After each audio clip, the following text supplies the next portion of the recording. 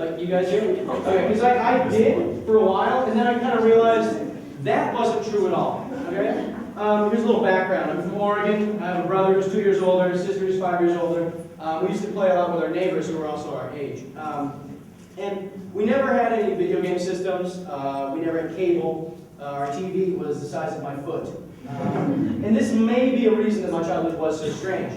What we do is a lot is, play a lot of make-believe stuff with our neighbors, Davey and Meredith. And what I think about a lot now is looking back, what on earth did our other neighbors, our old neighbors, Tom and Jim, what did they think about us? Okay, because we devised this system pretty early on because we didn't want to go and ask, Davey and Meredith's mom if they could play, because what the fuck, she's going to say, no, I don't know what to do. So my brother's like, okay, well, this secret call, okay, it's going to be a crow call. So whenever you go outside and do this call, everyone will know that we want to come outside and play. So we're like, yeah, great idea. So every fucking day when we wanted to play, we'd go outside, stand in our driveway and go, now this was before puberty, so it worked out a lot better.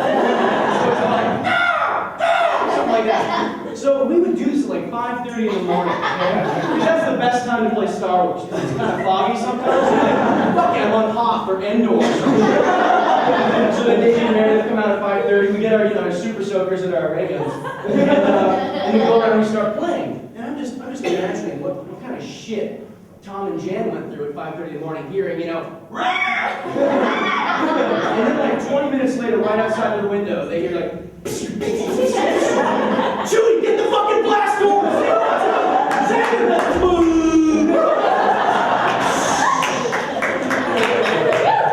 And so I just feel really bad now, looking back, like they lost so much sleep. And I mean, that was just the beginning. My brother and I started making these contraptions, all right? Our best one was this go-kart. It wasn't something like propelled itself. We just, went down hills. But we had a hand car, the red things where you like lift heavy shit and move it around.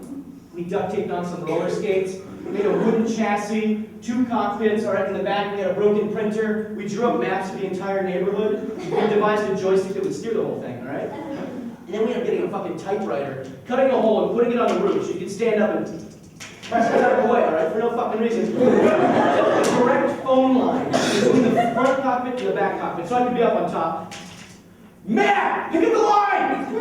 Yeah, Roger. Yeah, according to my calculations, we should probably turn at the next corner. Okay, over. We got a little bit overconfident with this machine we made, and we decided to go like 3 blocks away down this huge hill. And so I'm driving, right, and there's this little sewer grate, and I don't think anything of it because we've gone over so many before. And I go over it, skate buckles, all right? So we're veering left. I can't steer. And Matt's up on the typewriter, okay? And he's like, let's turn right! I'm like, Matt, I can't, we're gonna crash, all right? We picked a pretty good lawn to crash into, a nice big green lawn with 5 fucking huge boulders, right? All right? And so Matt somehow managed to get out of the typewriter cockpit and jump out the back as I bail out. Whole thing flips over, typewriter and telephones flying everywhere.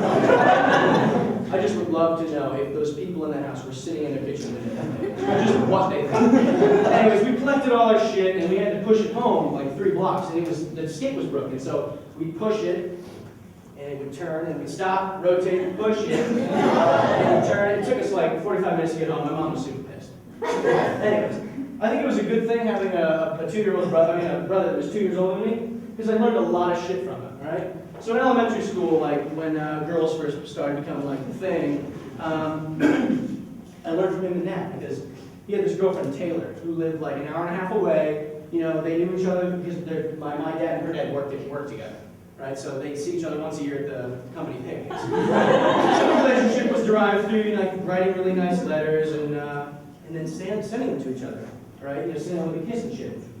So I was like, yeah, that's what I'm gonna do, because I really like this girl, Katie. So I would, write her a really nice long letter, seal it up, and talk to her, and then not talk to her at school. and then I guess I grew some balls, so I decided to change it up a little bit. Wrote up a really nice letter, sealed it, walked up to her at the kickball field, handed it to her, and then went back. And I guess this kind of continued in middle school, Middle school, right? The kind of time where like girls hit puberty and they're really tall, all the guys are short except for this awkward, like, couple like early pubers. The guy that hit puberty in like 6, like hairy. Kevin McShane and Christian Close were like that. Anyway, so my girlfriend in 7th grade, Stephanie Baker. She was first chair flutist, I was first chair saxophone. It's not a big deal.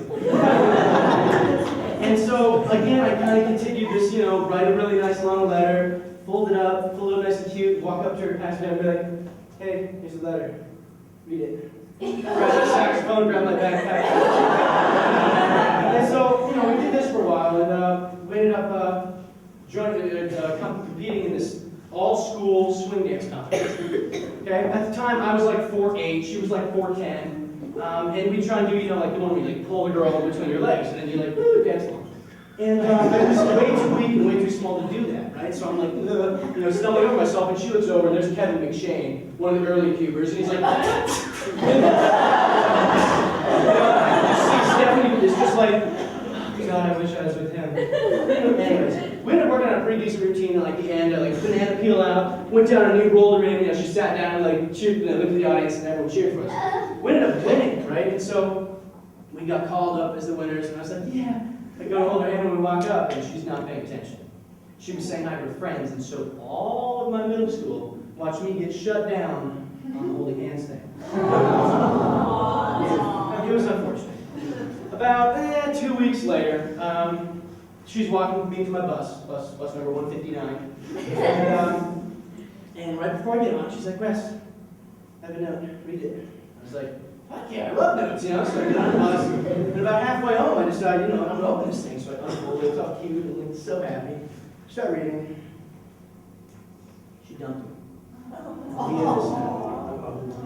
I'm sitting on the bus, holding back my tears. And then finally it's my stop, so I grab my saxophone, grab my backpack, and I get off the bus. As soon as I'm off the bus, I walk down to my house in a huge pile of tears. And so it was a little bit rough for a little bit, but then I ended up finding out she was cheating on me for the majority of our relationship with Danny Recorded. Guess if he hit puberty or not. Yeah, he did. He was a pre-puber. Right? I ended up finding out that she made out with him. Right? In middle school, that's like having anal sex.